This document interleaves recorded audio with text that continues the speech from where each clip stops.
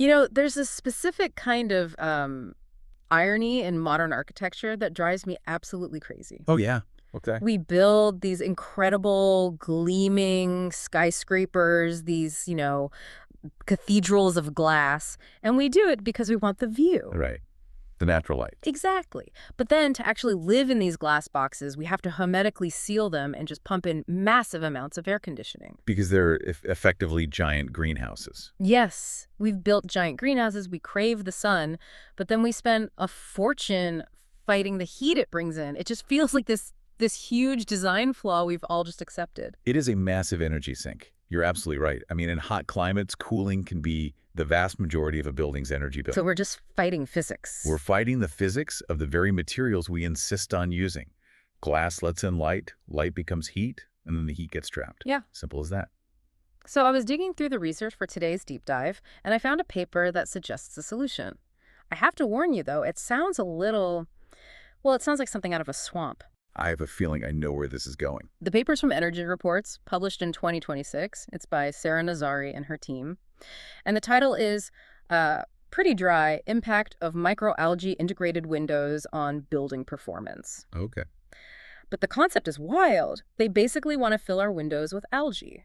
It does sound wild, but it's a serious emerging field. People call it architectural photobioreactors, or APBR. APBRs, okay. And the mission of this study was to see if, pumping this liquid suspension of microalgae into a window could solve that exact cooling problem you mentioned. Specifically for places like Tehran, right? Hot, harsh climates. Exactly. So today we're going to unpack this. Is this just a gimmick for, eco-conscious billionaires? Or is living architecture actually a viable way to fix our cities? Because my first thought was, do I really want to stare at the world through a tank of green slime? Slime is a bit harsh. Yeah. But that visual, the green view, that's actually one of the biggest hurdles they talk about. But before we get to the aesthetics, we have to look at the engineering, because this isn't just, a fish tank glued to a wall. It's a really sophisticated thermal machine. Right. Let's strip it down. Physically, what are we talking about here? The paper calls it a double-skin facade. Okay, so picture a standard double-glazed window. You've got 2 sheets of glass. Right, with gas in the middle. Usually argon gas, or just air, to stop heat transfer. So in this system, they just widen that gap, the cavity, and they fill it with a circulating mixture of water and microalgae. And they're not just using any old pond scum. They tested 2 specific little workers for this job. They did. They looked at Chlorella vulgaris Okay. and Calamidomonas reinhardti. I am definitely going to struggle with that second name all day. Can we just call them Chlorella and Reinhardti? Fair enough. They're microscopic, single-celled organisms. And the reason they're used is that they are just incredibly efficient at photosynthesis. They grow fast, they're tough, and they love sunlight. Okay, so here's the part where I need you to really break down the physics for me. The paper claims these windows are a triple threat. Right. I get the first 2. 1, shading. The water's green and murky, so it blocks light. Simple enough. 2, insulation. Water holds heat better than air. Correct. High thermal mass. It absorbs heat slowly, releases it slowly. It smooths out those temperature spikes. But the third point, that's the game changer. Photosynthesis. The biological function. Yeah, photosynthesis. This is the idea I had the hardest time wrapping my head around. How does photosynthesis help my AC bill? Think about what heat is. It's just energy. So when sunlight hits a normal curtain or a tinted window, that material absorbs the light and it converts it into heat. Right, the curtain gets hot. And that heat radiates into your room. It's the radiator effect. The energy has to go somewhere. Okay. But algae, they don't just absorb the light, they consume it. They take that solar radiation and they use it as fuel to break down CO2 and build biomass. So they're chemically storing the energy. Exactly. Instead of releasing it as heat. The window isn't just blocking the sun, it's literally eating the energy before it can warm up your office. That is a fascinating distinction. The heat isn't a waste product anymore, it's food. Precisely. It turns the problem into a resource. Okay, so the study didn't just pour the algae in and leave. They modeled 2 different ways of running these systems, static and dynamic. Right. And dynamic isn't about the algae moving, it's about the system itself. So static is the simple version. Yeah, that's the simple one. You pick a density, say a 50% concentration, pump it in, and you leave it. It's like buying a window with a fixed tint. It's always that dark. Which seems fine until it gets cloudy and you're sitting in the dark. Or it's winter and you actually want the sun's warmth. That's where the dynamic system comes in. The smart one. The smart one. It's a loop with sensors. They measure the sun's intensity and the temperature. If the sun starts blasting the glass, the pumps kick in and inject more algae into the window. It gets darker on purpose. Literally darker and denser to block the heat. And then when the sun goes down, It clears up. the system pumps the dense algae out to a storage tank and replaces it with clearer water. The glass becomes transparent again. I love that analogy they use, that the building is basically squinting in the sun. It really is. It's a biological reflex. The building adapts its skin to the environment. Okay, so let's get into the battle of the glazing. They set this all up in a simulation based in Tehran. Why there? Tehran is a perfect test kitchen. It's got what's called a BSK, climate hot, semi-arid. So scorching summers. Scorching summers, intense sun. In a climate like that, you are not worried about keeping heat in. You are fighting a war to keep the heat out. So they pit the algae windows against the usual suspects, single glazing, Which is terrible. Nobody uses it. standard double glazing, which is what most of us have, and then a control group of just water-filled windows. And that water comparison is so important. They had to prove the biology was adding value, not just the liquid itself. Right, otherwise just use water. Why bother with the complexity of keeping algae alive? And they ran this on all four sides of the building, north, south, east, west. And this is where the results got really nuanced for me. I just assumed the smart dynamic system would win everywhere. But that's not what happened. No. And this is a key insight for any architects listening. One size does not fit all. So let's start with the problem areas, south and west. In the northern hemisphere, that's where you get the constant sun and that brutal afternoon heat. Right. And for those orientations, the dynamic system was the undisputed king, specifically the one using Reinhardt algae. Why that one specifically? Was the chlorella just a slacker? No, chlorella did fine, but Reinhardt just showed slightly better optical properties in the simulation, better at absorbing that specific spectrum of light and heat. And the numbers. It reduced the cooling load by up to 6.8% compared to standard double glazing on the south face. Okay, I have to play devil's advocate here. 6.8%.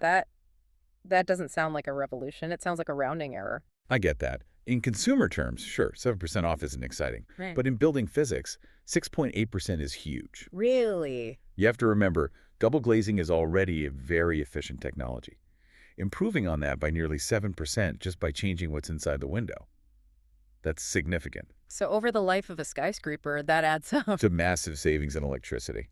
And that's just the cooling load. Doesn't even count the other benefits we'll get to. Okay, fair point. So south and west get the smart squinting windows, but then I saw the results for the east facade and I had to reread them. The dumb static system was better. It was. And it makes sense when you think about it. The east gets that intense morning sun, but the intensity changes really rapidly as the sun climbs. Okay. The simulation suggested that the energy needed to constantly pump algae in and out to chase that moving target was actually less efficient than just having a steady, medium-density shade there the whole time. So the smart system was overthinking it. Essentially, yeah. The lag time in the squinting meant it wasn't catching the heat fast enough. A constant shield just worked better. That's really surprising. It implies the skyscraper of the future isn't uniform. It could have different skin on each side. Absolutely. That's called climate-responsive design. You treat each facade as its own unique climate zone. A building might need a parka on one side and a t-shirt on the other. Now, there was one area where the algae windows actually did worse than glass. Heating. Yes, because they're so good at blocking solar heat, in the winter, you lose out on that free passive heating. The sun can't get in to warm up your office. So the heating bill goes up a little. A tiny bit, yeah. But in a place like Tehran, that doesn't really matter, does it? No, I guess not. The cooling savings in summer were so massive, they just completely dwarfed that tiny increase in winter heating costs. The net energy was overwhelmingly positive. But if you build this in, say, Toronto. The results might look very different. This is definitely a warm climate solution. You don't want to block the sun if you're freezing. Context is everything. Okay, so we've established they save money on AC, but the paper calls this bioresponsive architecture because it does things a normal window can't. It captures carbon. And this is where we move from sustainability, which is just doing less harm, to regenerative design, actually doing good. A standard window is just inert. It just sits there. These windows are active carbon scrubbers. But let's look at the numbers. A static system, 90% window coverage, so basically a glass room, Right. captured about 18.49 kilograms of CO2 per year. Now, I'll be honest, 18 kilos. That doesn't sound like it's going to save the planet. For a single room, it's small, but multiply that by a 60-story tower. Multiply that by an entire city skyline. It adds up. Suddenly, it's a significant carbon sink. But here's the part that I found really counterintuitive. What's that? The static system captured more carbon than the high-tech dynamic one. Wait, the dumb window is better for the environment. That feels backward. Think about the mechanism. Mm-hmm. To capture carbon, the algae have to be there doing their job. Right. Photosynthesizing. In the dynamic system, for large parts of the day, early morning, cloudy days, the system pumps the algae out to let more light in for the humans. It sends the workers home. Exactly. The factory is shut down. The static window keeps the workers on the line whenever there's light. More biomass equals more carbon eating. So there's a trade-off. A huge one. If I want maximum comfort and natural light, I want the dynamic system. But if I want maximum carbon capture, I need the static one. That is the central design tension. Do you design for the occupant? Or do you design for the planet? Or do you find some kind of hybrid? And it gets even more complicated because these windows are also power plants. A very small power plant, but yes. As the algae grow, they multiply. If you don't harvest them, the window gets too thick and the algae start to die. So you have to pump out the extra. Right. Yeah. And that green sludge, as you called it, is a resource. It can be converted into biofuel for heat or electricity. The paper said the efficiency for that is, what, around 1.5 to 2.0%? Which is low. A solar panel might be 20–25%. But you can't see through a solar panel. Good point. This is generating power while being a window. It's using surface area that's usually just dead space. Okay, so we have a system that cools the building, captures carbon, and generates a bit of its own fuel. It sounds like a slam dunk. So why isn't the Burj Khalifa covered in this stuff? Why aren't we seeing this everywhere? Well, first, it is somewhere. The paper references the BIQ building in Hamburg, Germany. The algae house. The algae house. It was built in 2013, so we have over a decade of proof that this physically works. So it's not just a computer model, it's real. No, it's real. But the barriers are significant. The first is complexity.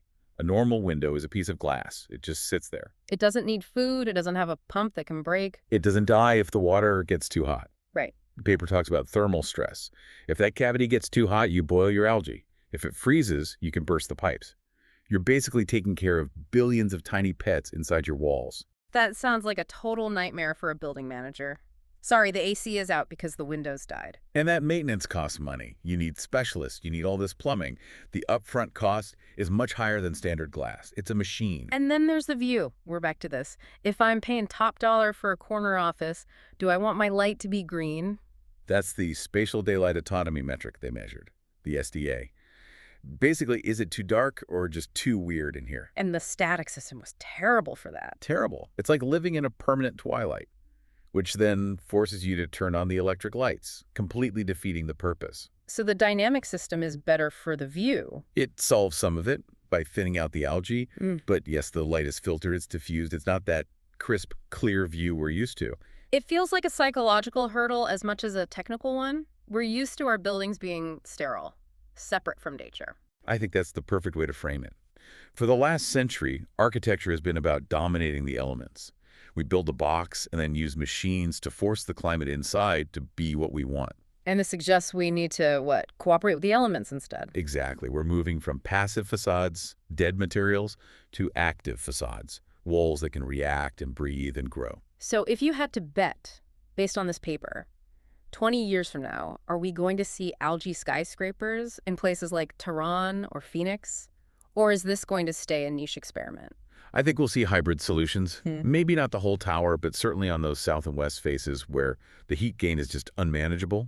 As energy prices keep rising and carbon regulations get tighter, the cost of this complexity starts to look a lot cheaper than the cost of carbon taxes or massive AC bills. It really reframes the whole idea of what a building even is. I mean, we spent billions of years evolving on a planet where algae created the atmosphere we breathe. Right. And then we spent a few hundred years paving it all over with concrete. And now, to save the concrete jungle, we have to invite the algae back in. It's almost poetic. The skyscraper of the future isn't a machine for living in. It's a living thing itself. A living organism that we just happen to inhabit. I think that's a beautiful place to leave it. Thanks for going on this dive with us.